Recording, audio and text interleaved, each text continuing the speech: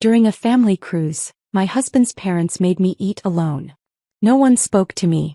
When I asked my husband why, he said, "It's just how they are." I smiled. I have my ways too. That night, I changed the ship's route to a remote island. By morning, they were stranded, and I was gone with the last lifeboat. Panic erupted as they found a note. "Enjoy the island. I'll send help. Eventually." It's just how they are. Bradley's words echoed in my mind as I stood at the railing, watching the last lifeboat disappear into the darkness with me in it. The island behind me loomed black against the midnight sky, and somewhere on that speck of land my husband and his family were sleeping, unaware that by morning, their luxury cruise ship would be gone, and so would I. Before we begin, I want to take a moment to thank each of you for being part of this journey into stories of survival and liberation. If you're drawn to these accounts of people reclaiming their lives from toxic relationships, consider subscribing. It's completely free and helps us continue sharing these important stories that might help someone recognize their own situation. Now, let's dive into today's story of a woman who discovered that sometimes the most loving thing you can do is save yourself. I hadn't planned this when the invitation arrived 3 weeks ago. The cream-colored envelope with gold embossing seemed like a peace offering from my in-laws, the Adamsons, who had spent 4 years pretending I barely existed. Bradley brought it home with a hopeful smile, placing it on our kitchen counter like it was a treasure. "Mom and Dad want us to join them on their anniversary cruise," he announced, watching my face carefully. "A week in the Caribbean. All expenses paid." My fork paused halfway to my mouth. The Adamsons had never voluntarily included me in anything, let alone an expensive family vacation. Something cold slithered down my spine, but I pushed the feeling away. Maybe my therapist was right. Maybe I was catastrophizing again, seeing threats where there were none. "That's unexpected," I managed, setting my untouched dinner aside. My appetite had vanished. Bradley took my hands in his.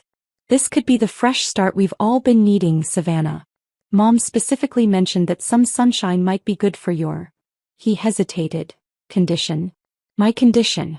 My depression had a way of becoming a family affair, something to be discussed in hushed tones as if it were contagious. Something Bradley's mother, Eleanor, insisted was just attention-seeking behavior when she thought I couldn't hear. "I thought they were going with your sister's family," I said, remembering the Christmas dinner where Eleanor had gushed about their planned excursion, all while passing dishes around me as if I were invisible. Change of plans. Melissa's kids got into that elite summer camp. Bradley squeezed my hands. "This is our chance, babe. They're trying." I wanted to believe him. God, how I wanted to believe that after 4 years of cold shoulders and backhanded compliments, the Adamsons had decided I was worth knowing. That my husband's family might finally see me as more than the depressed woman who'd taken their perfect son away. "What about my medication schedule? My therapy appointments?" I asked, trying to sound practical rather than paranoid. "We'll figure it out. Dr. Hansen can adjust your meds for the trip." Bradley's smile was so genuine, so hopeful, that I felt my resistance crumbling. "Please, Savannah. This means everything to me." Everything to him. That phrase had worked on me for years. The day of departure arrived faster than I'd expected. Standing in our bedroom, surrounded by half-packed suitcases, I felt the familiar weight of anxiety pressing down on my chest. Through the window, I could see our middle-class neighborhood stretching out in neat rows. From this angle, I could almost see the community college where I'd once taught English before the depression made it impossible to continue. My hand trembled as I folded a sundress I'd bought specifically for this trip. It had been months since I'd worn anything but sweatpants and Bradley's old t-shirts. Would the dress be enough? Would I be enough? Almost ready? Bradley appeared in the doorway, already dressed in his crisp blue polo shirt and khaki shorts, the unofficial uniform of his family's social circle. "Nearly," I lied, glancing at the pile of unworn clothes I'd pulled from the back of my closet. Nothing felt right. Nothing felt like me. I couldn't remember who me was supposed to be around his family. Dad just texted. "They're already at the port." Bradley picked up my anti-anxiety medication from the nightstand, turning the orange bottle in his hands. "How many of these do you really need to bring? It's supposed to be a relaxing vacation." Something in his tone made me look up. "I need all of them, Bradley. Dr. Hansen was very clear about maintaining my dosage. especially during potentially stressful situations. He shrugged, dropping the bottle into my toiletry bag. If you say so. Just don't mention it to Mom. You know how she feels about dependency. I did know. Eleanor Adamson believed mental health issues could be solved with yoga and positive thinking. My reliance on medication was, in her words, a failure of willpower.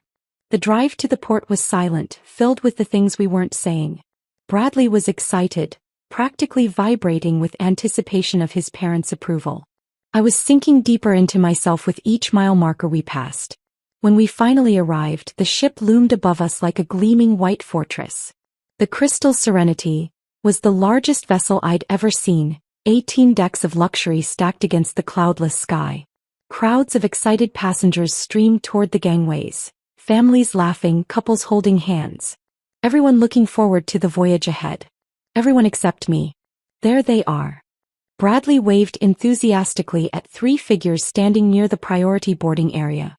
Eleanor and Richard Adamson, both tanned and fit despite being in their 60s, stood with Bradley's younger brother Ethan. They were dressed in coordinating resort wear, looking like they'd stepped out of a cruise line brochure. Eleanor's smile faltered for just a fraction of a second when her eyes landed on me. "Bradley, darling." She embraced her son first, then turned to me with a practiced smile that never reached her eyes. "Savannah. How nice that you could join us. We weren't sure you'd be up for it." "I wouldn't miss it," I said, the lie sticking in my throat. Richard gave me a distracted nod before launching into a discussion about their suite accommodations. Ethan, who had always been the least hostile of the Adamsons, offered me a genuine smile and a quick side hug. "Fair warning," he whispered. "Mom's been planning this for months. Every minute is scheduled." My heart sank. Scheduled activities meant more opportunities to be left out, more chances for Eleanor to accidentally forget to include me. As we moved through priority boarding, I noticed Bradley's hand on the small of my back, guiding me. To anyone watching, it might have looked like an affectionate gesture. I knew better. It was steering, controlling, making sure I didn't embarrass him. The ship's interior was overwhelming, cascading chandeliers, marble floors, lush carpeting leading to various lounges and dining areas. Everything sparkled with wealth and privilege. I felt increasingly out of place in my simple sundress and department store sandals. "We've arranged adjoining suites," Eleanor announced as we followed a uniformed attendant through the labyrinth of corridors. "Bradley and Savannah, you'll be next to us on the starboard side. Ethan has the suite across the hall." When we reached our accommodations, I stepped into luxury I'd only seen in magazines. Floor-to-ceiling windows opened onto a private balcony. A king-sized bed dominated one wall, while a sitting area with plush furniture occupied another. Fresh flowers stood in crystal vases, and a bottle of champagne chilled in an ice bucket. It was beautiful. It was intimidating. It was a gilded cage. "We'll meet for the sail-away party in an hour," Eleanor instructed, already backing toward the door. "On the Lido deck. Don't be late." As the door closed behind her, I sank onto the edge of the bed, suddenly exhausted. Bradley moved around the suite, exploring, exclaiming over the amenities, completely oblivious to my growing dread.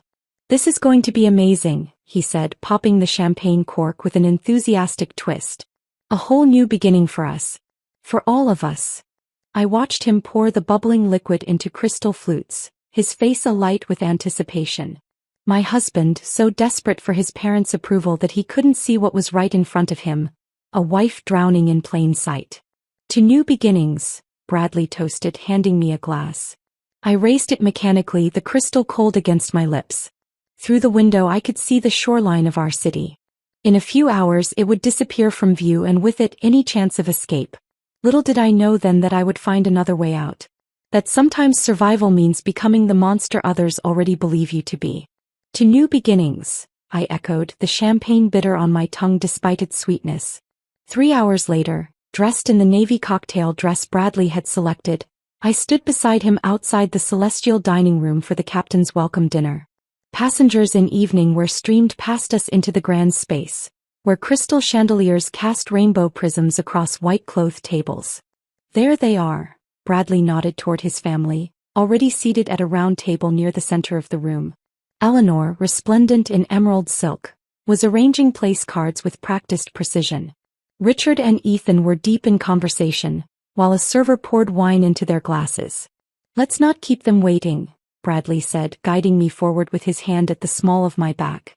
Eleanor looked up as we approached, her smile warming when it landed on her son. "Bradley, darling, perfect timing." Richard was just discussing his new investment strategy. I reached for the empty chair beside Ethan, but Eleanor's voice stopped me. "Oh, Savannah, that's not your seat. The Hendersons will be joining us, Richard's golf partners from the club." I glanced around the fully occupied table. Where should I sit? A flicker of something, annoyance, satisfaction, crossed Eleanor's face. "There seems to be a mix-up with the seating arrangements. I specifically requested a table for 8. "Mom," Bradley started, but Eleanor waved dismissively. "It's the first night. These things happen." She gestured toward a small table in the far corner of the dining room. "The maitre d' can seat Savannah there. I'm sure she doesn't mind. Do you, dear?" Before I could respond, Bradley squeezed my arm. "It's just one dinner," he murmured. "Make the best of it." The corner table was meant for solo travelers, tucked half behind a decorative column. From this position I could barely see Bradley's family, though occasionally I caught glimpses of them laughing together. My server, perhaps pitying me, brought complimentary wine. I sipped it slowly, pushing salmon around my plate while fighting the burning sensation behind my eyes. When Bradley finally collected me after dessert, he seemed oblivious to my distress. "Ready for the show? They're performing Phantom of the Opera in the Grand Theatre."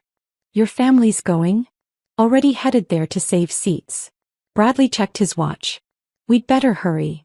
But when we arrived at the theater, his family was nowhere to be found.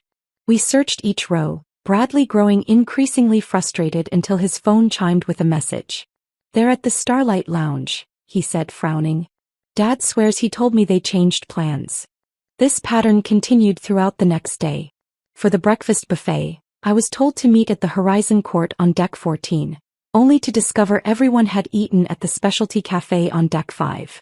The afternoon art auction I'd been invited to had always been scheduled for tomorrow, according to Eleanor, despite the invitation card in my hand clearly stating today's date. By the third day, I began documenting these misunderstandings in the Notes app on my phone, trying to convince myself I wasn't imagining things. When I was directed to the Vista Lounge for family trivia but found it hosting a lecture on marine wildlife instead, I finally confronted Bradley in our suite. "This isn't accidental," I said, showing him my list. "Your family is deliberately excluding me." Bradley's expression hardened. "You're keeping a list?" "Savannah, this is exactly the kind of paranoid behavior Dr. Hansen warned about when we adjusted your medication." "My medication has nothing to do with your mother giving me wrong information. Mom is trying her best to include you. Maybe if you made more effort instead of hiding in our cabin half the time." "I'm hiding because every time I show up somewhere, I'm told I'm in the wrong place." Bradley ran his hands through his hair. "Look, I know things aren't perfect, but keeping conspiracy tallies isn't helping. This is your depression talking. Remember what Dr. Hansen said about catastrophic thinking?" My throat tightened. Was I overreacting? The familiar fog of self-doubt crept in, clouding my certainty. "Maybe you're right," I conceded, though something inside me refused to believe it. "I'll try harder tomorrow." That night, unable to sleep, I slipped out of bed and onto our private balcony. The ship cut through dark waters, leaving a phosphorescent trail in its wake. I pulled my robe tighter against the cool night air, wondering how I'd become so unsure of my own reality. Bradley's phone buzzed on the nightstand. Once, twice, 3 times in quick succession. Normally, I'd never check his messages, but something, intuition or desperation, drew me back inside. His phone was unlocked. He'd never felt the need for passwords between us. The messages were from a WhatsApp group titled, Adamson Cruise 2023. I scrolled up, my hands trembling. "Eleanor. Is she still insisting on joining the shore excursion tomorrow?" "Bradley." I told her the Mayan ruins tour was full. "Eleanor, good. The private tour is arranged for 10 a.m. Meet in the atrium. We'll slip out while she's at breakfast." "Then, guys, this is getting ridiculous. Why invite her if you're going to treat her like this?" "Eleanor. We've discussed this, Ethan. Bradley needs to see for himself how unstable she is. A week of isolation would push anyone to show their true colors. Richard, Eleanor's right. Remember that scene she caused at Christmas? Bradley deserves better than walking on eggshells around her fragility. Bradley, let's stick to the plan. I've been moving her pills to throw off her dosage. By the end of this cruise, she'll have given us plenty of reason to consider more serious intervention. The phone slipped from my numb fingers, landing noiselessly on the carpet. My husband was drugging me. My husband was gaslighting me. My husband and his family were deliberately pushing me to the edge of a breakdown. A strange calm settled over me as the truth crystallized. I wasn't crazy. I wasn't paranoid. I was being systematically isolated and manipulated by the people who were supposed to care for me. I retrieved the phone, took screenshots of the conversation and emailed them to myself. Then I deleted the evidence of my snooping and replaced the phone exactly as I'd found it. Back on the balcony, I watched the endless black ocean and made a decision. I wouldn't confront them, not yet. Instead, I would play their game but with my own rules. If they wanted me to disappear, I would give them exactly what they wanted. Just not in the way they expected. I remained on the balcony long after midnight, the ocean breeze clearing my head in a way it hadn't been clear for years. The screenshots I'd taken were proof I wasn't imagining things, but they also unlocked something else. Memories that had been buried beneath layers of doubt and medication. Christmas dinner 3 years ago.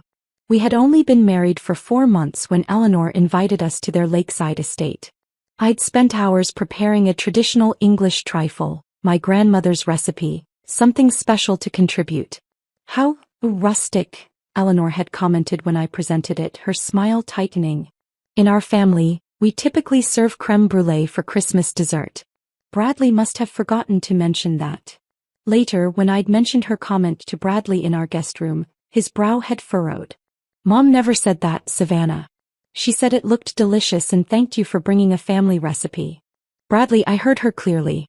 She called it rustic, and implied I should have known better. He'd taken my hands then, concern etched on his face. Honey, you've been under so much stress lately. Sometimes when we're anxious, we hear criticism where there isn't any. Mom was genuinely touched by your effort. I'd apologized for misunderstanding, for being too sensitive. But I hadn't misheard. That was the first time Bradley had rewritten my reality, but far from the last. I slipped back into our cabin, carefully opened my suitcase and found the small zippered pocket where I kept my medication. The orange prescription bottle looked normal enough, but now I wondered. I shook out one of the small white pills and examined it closely under the bathroom light. It looked like my regular medication, but the imprint seemed slightly different. I couldn't be certain.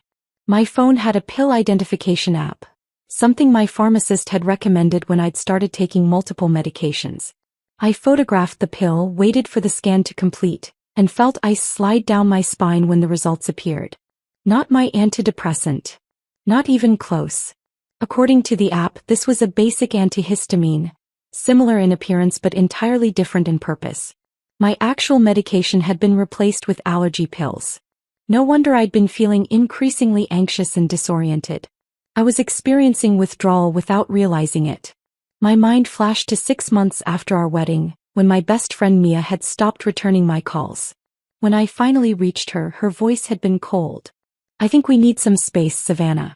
Bradley told me about what you said regarding my pregnancy. What are you talking about?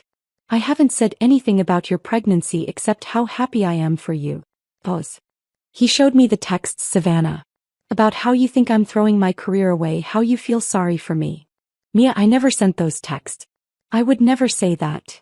But she hadn't believed me. And one by one my other friends had drifted away too. Jenna, who Bradley said had called me emotionally draining. Taylor, who supposedly complained I was always playing the victim.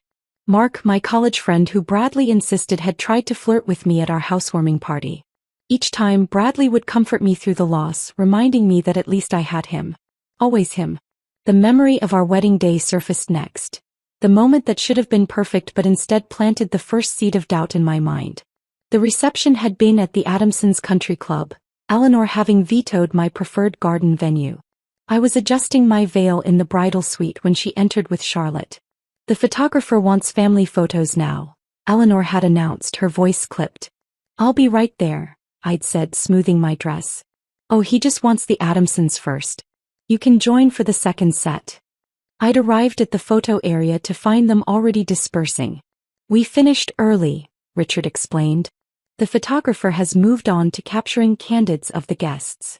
Later, when our wedding album arrived, there wasn't a single photo of me with my new family. "An unfortunate oversight," Eleanor had called it. "The photographer must have misunderstood our instructions."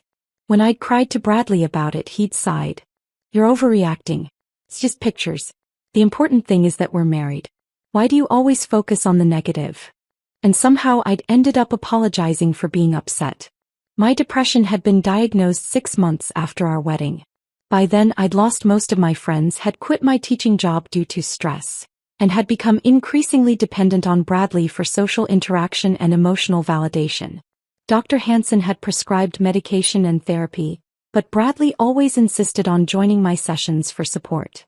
Any mention of our relationship dynamics would be countered with his gentle corrections of my distorted thinking. The ship swayed gently beneath me as I sat on the bathroom floor, these revelations washing over me in devastating waves. My marriage wasn't a partnership. It was a prison constructed so carefully I hadn't recognized the bars closing around me. I returned to the balcony, pills clutched in my palm. With a decisive motion, I scattered them into the dark ocean below, watching them disappear like tiny stars being extinguished. In their place I had clarity, painful, blinding clarity. The next morning I played my role perfectly. I took the fake pill Bradley handed me with breakfast, complained of feeling a little foggy, and asked if I could rest in the cabin while he joined his family for their shore excursion. "Are you sure?" he asked, concern painted across his features. "I can stay with you." "No, please go," I insisted. "I don't want to ruin your day. I'll just sleep and meet you for dinner." Relief flickered across his face. "If you're certain. I'll check on you later." The moment he left, I emptied my toiletry bag onto the bathroom counter. Hidden in the lining was a small emergency stash of my actual medication, something I'd started doing after an incident where Bradley had accidentally left my pills at home during a weekend trip to his parents. I swallowed one with shaking hands, then began methodically searching our suite. In Bradley's suitcase, tucked between his neatly folded shirts, I found a small container filled with my real pills. Beside it was a handwritten schedule in Eleanor's elegant script detailing exactly when to substitute the placebos and when to allow me a real dose to prevent dangerous withdrawal. They had been playing with my mental health like it was a game, destabilizing me deliberately, documenting my erratic behavior, building a case for whatever serious intervention they had planned. I photographed everything, adding it to my growing file of evidence.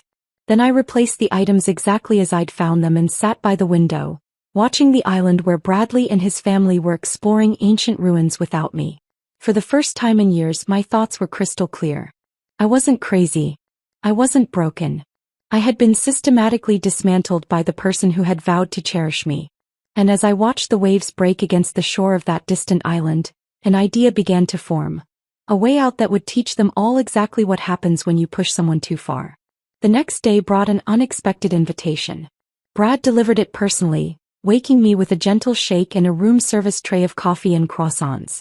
"Mom wants you to join us for the Mayan temple tour today," he said, his tone suspiciously bright. "She feels terrible about all the mix-ups."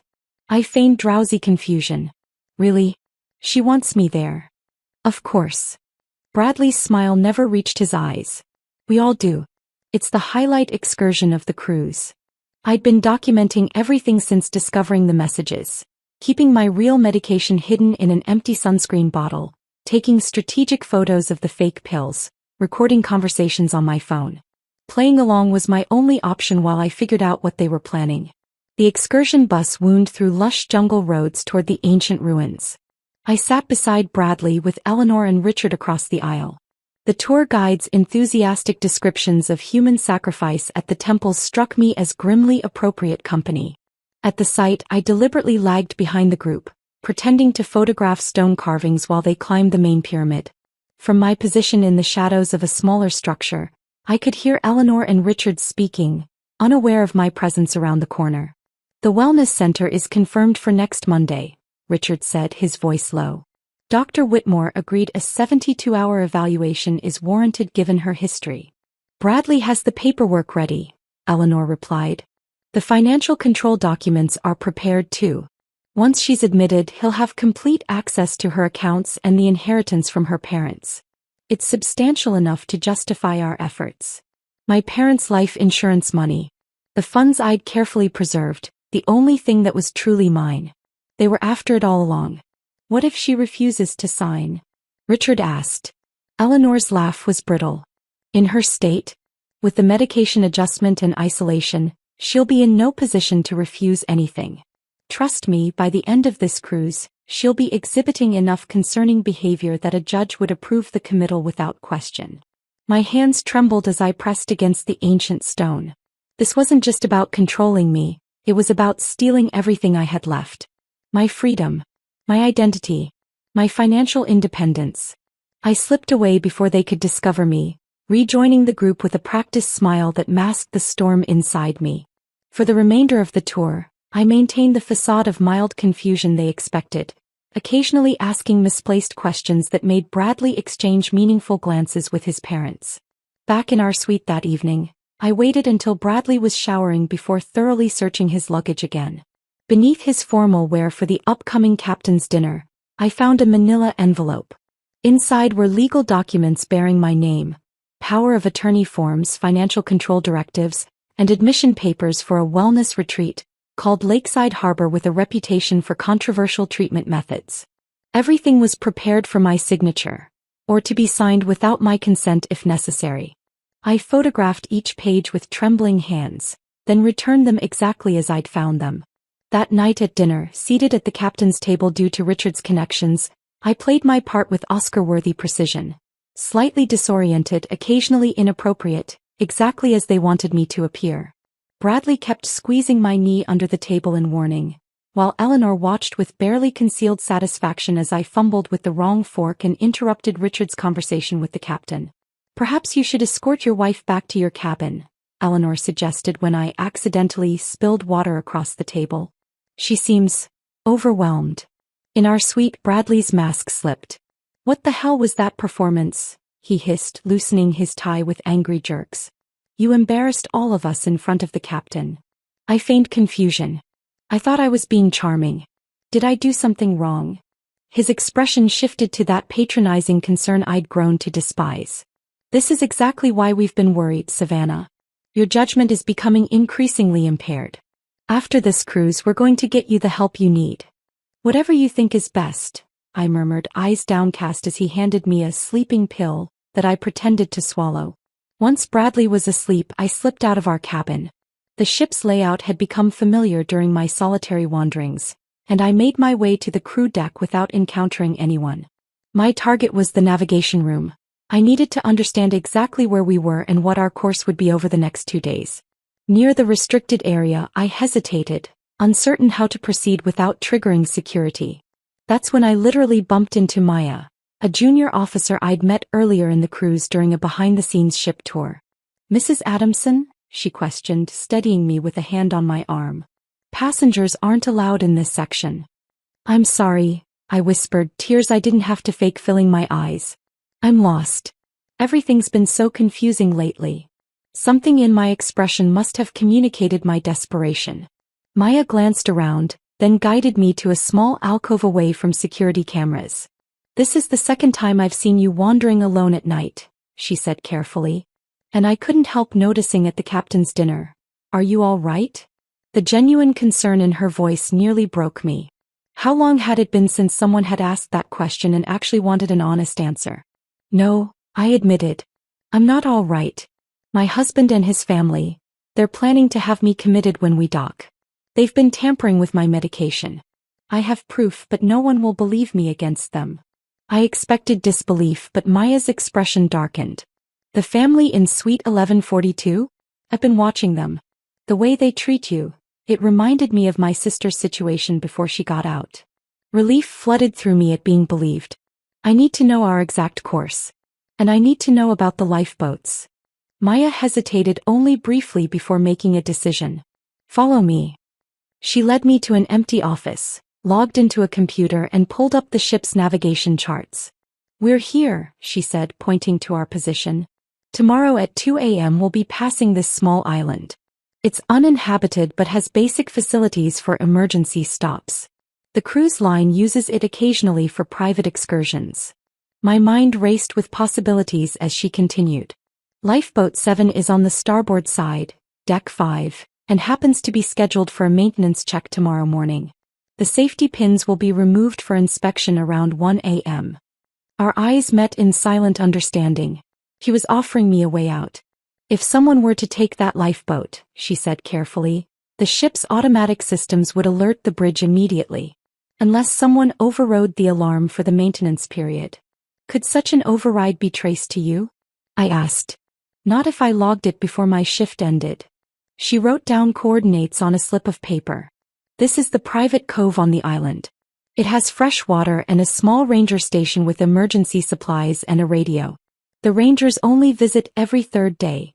Tomorrow isn't one of those days. Back in my cabin watching Bradley sleep peacefully while plotting my imprisonment, I made my final decision.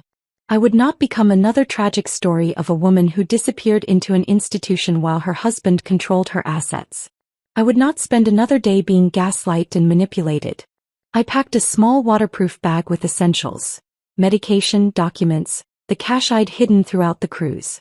The diamond earrings my grandmother left me, easily pawnable if necessary. The evidence I'd collected of their conspiracy. At 1:30 a.m., while the ship cruised through calm waters under a waning moon, I slipped out of our suite for the last time. The corridor was deserted, the ship's night rhythm a low hum beneath my feet. Lifeboat 7 waited like a promise of freedom. The maintenance notice was clearly posted, the safety pins removed as Maya had said. My summer job as a sailing instructor during college had taught me enough about maritime equipment to handle a small craft. As I lowered the lifeboat into dark waters below, I felt no regret, only the clean, sharp certainty that I was saving my own life. The note I left behind was simple: enjoy the island. I'll send help, eventually. Only then did I realize that I hadn't specified which island. They would assume I meant our next port of call. But by then I would be long gone and they would be the ones lost for a change. The lifeboat's motor hummed quietly as I navigated through moonlit waters, Maya's coordinates programmed into the small GPS unit. The night air carried a mixture of salt and tropical flowers, and for the first time in years, each breath felt like it was truly mine. Freedom tasted like the ocean spray on my lips. 3 hours later, the island's silhouette appeared on the horizon, a dark shape against the pre-dawn sky. As I approached the private cove Maya had marked, I killed the engine and let momentum carry me the final distance to shore. The soft scrape of the hull against sand marked the beginning of my new life. I dragged the lifeboat further onto the beach, concealing it as best I could among the dense vegetation. Dawn was breaking as I made my way inland following a narrow path. After 20 minutes of hiking, I discovered the ranger station. A modest but sturdy structure with solar panels and a rainwater collection system. The door was unlocked just as Maya had said it would be. Inside I found emergency supplies, a ham radio and, most importantly, a satellite phone. I resisted the immediate urge to call for help. That would come later after I'd put my plan into motion. First I needed rest. After securing the door, I collapsed onto a narrow cot in the corner, physical and emotional exhaustion finally catching up with me.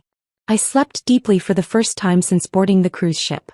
When I woke, the sun was high overhead. I took inventory of my resources. The cash I'd hidden throughout the cruise totaled just over $3,000, enough to get started somewhere new. My medication would last 3 weeks if carefully rationed. The satellite phone had enough charge for several calls.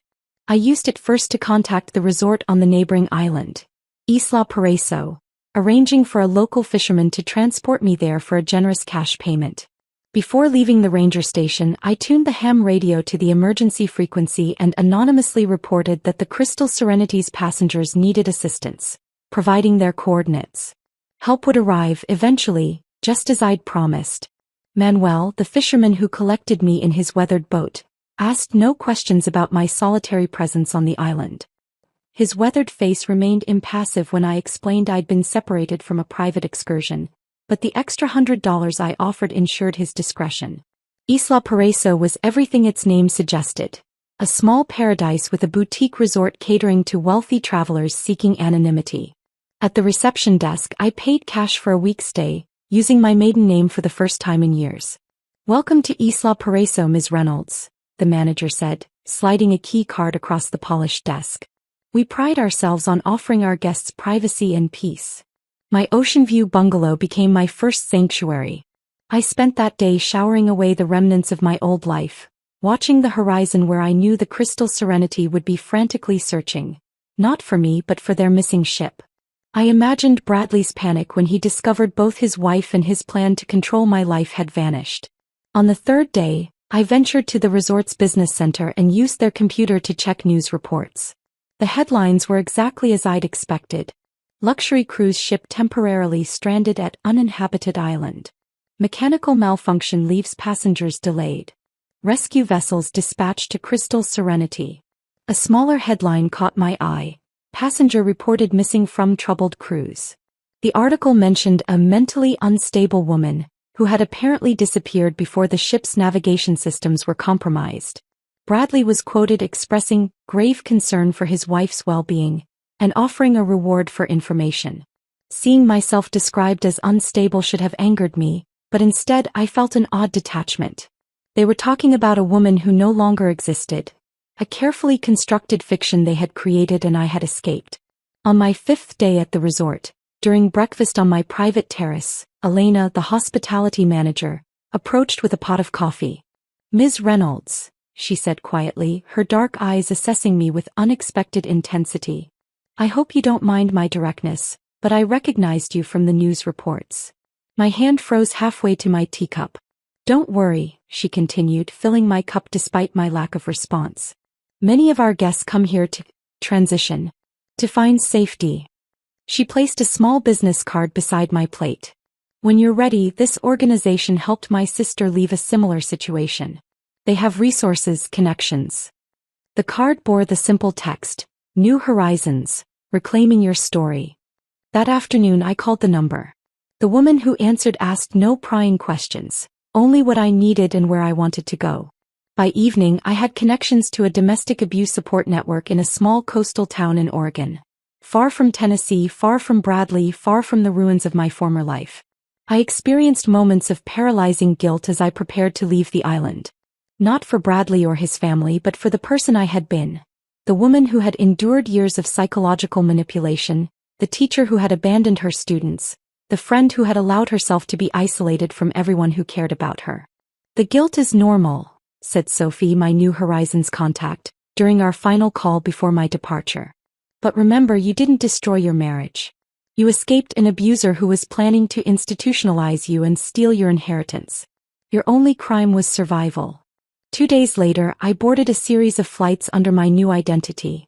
Paperwork arranged through channels I chose not to question.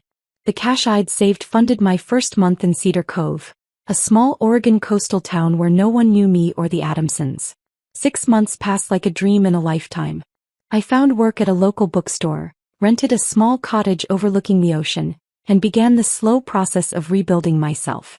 Twice weekly therapy sessions helped me untangle the web of lies that had become my reality, while support group meetings reminded me I wasn't alone in my experience. The news coverage of my disappearance faded quickly, overshadowed by the Adamson family's embarrassment at being stranded and robbed of their navigation-altering cruise ship. Their attempts to paint me as mentally unstable lost traction when crew members, including Maya, provided statements about witnessing concerning behavior from the family toward me. On the anniversary of my escape, I woke before dawn and walked to the shoreline near my cottage. The horizon was just beginning to lighten, the boundary between sea and sky softening with approaching daylight. I dug my toes into the cool sand and watched as the first ray of sunlight broke across the water.